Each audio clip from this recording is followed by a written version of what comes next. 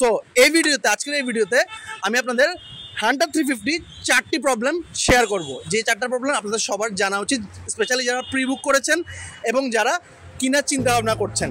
তবে এখানকার লোকালদের সাথে কথা বলে আমি যেটা বুঝতে পারছি সেটা হচ্ছে হান্টারের মাইলেজ, পা রাখার যে পজিশনটা এটা দেখেন, আপনার যে ইঞ্জিন যে হিট হবে। রাতের বেলা হান্টারটা আমি দেখার ট্রাই করছি হেডলাইটের আলোটা কেমন। নদীতে চলে এলাম হান্টার নিয়ে। সাইক্লোন অ্যালার্টের মাঝখান দিয়ে আমি হান্টার 350 নিয়ে রাইড করছি।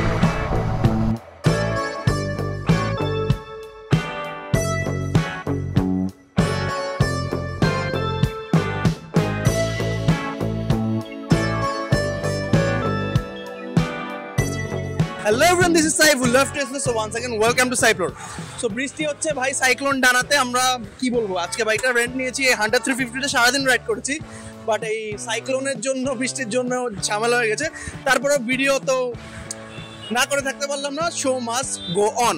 সো এই ভিডিওতে আমি আপনাদের হান্টার 350 চারটি প্রবলেম শেয়ার করব, যে চারটা প্রবলেম আপনাদের সবার জানা উচিত, স্পেশালি যারা প্রি বুক করেছেন এবং যারা কেনার চিন্তা ভাবনা করছেন। ফার্স্ট অফ অল আমি যদি বলতে চাই প্রবলেম, সেটা হচ্ছে যেটা মেজর প্রবলেম লেগেছে এই বাইকটাতে আমার, সেটা হচ্ছে এই বাইকের মিটারটা।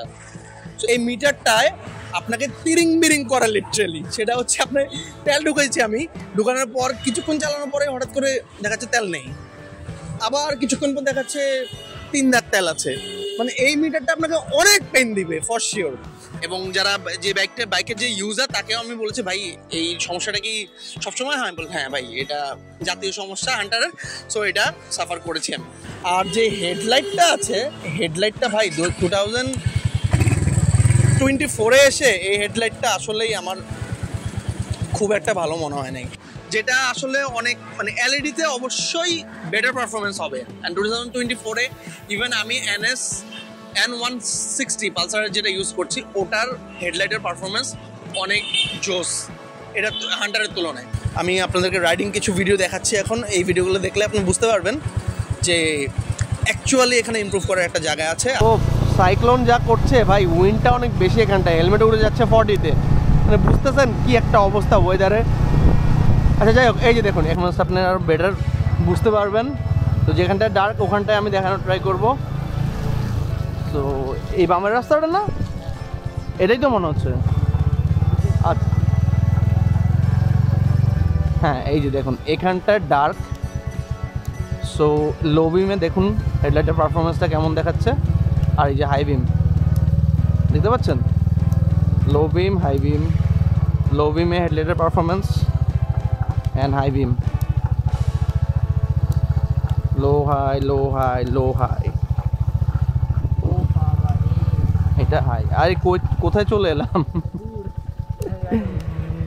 নদীতে চলে এলাম হান্টার নিয়ে। উপস, এই দেখুন লো বিম হাই বিম, লো beam high beam, low high. আপনার বাইকটায় উঠলেন, চাবিটা দিলেন, এরপরে আপনি কনফিউজড হয়ে যাবেন, যেটা আমার সাথে হয়েছে। আমি টোটালি কনফিউজ হয়ে গেছি।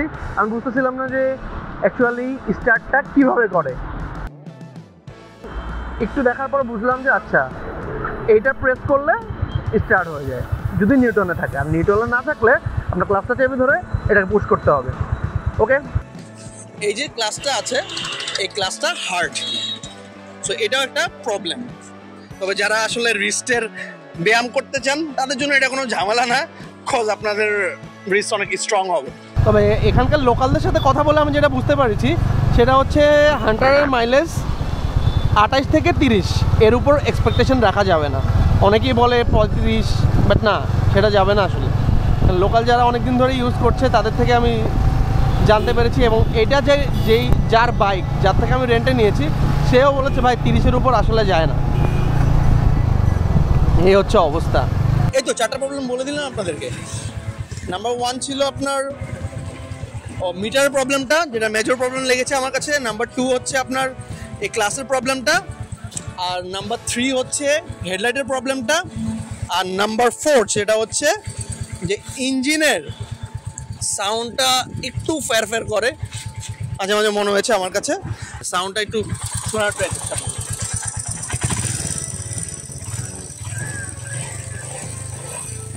পিছনে চ্যালেঞ্জার এখানে সাউন্ডটা নাও।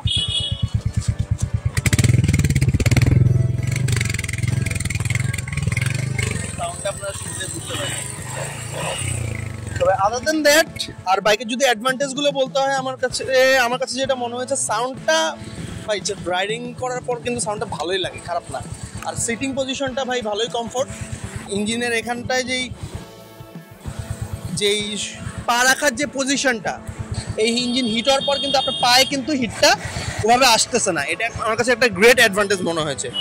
সো এই ছিল ওভারঅল আমার কাছে যে প্রবলেমগুলো মনে হয়েছে, সেই 4টা প্রবলেম।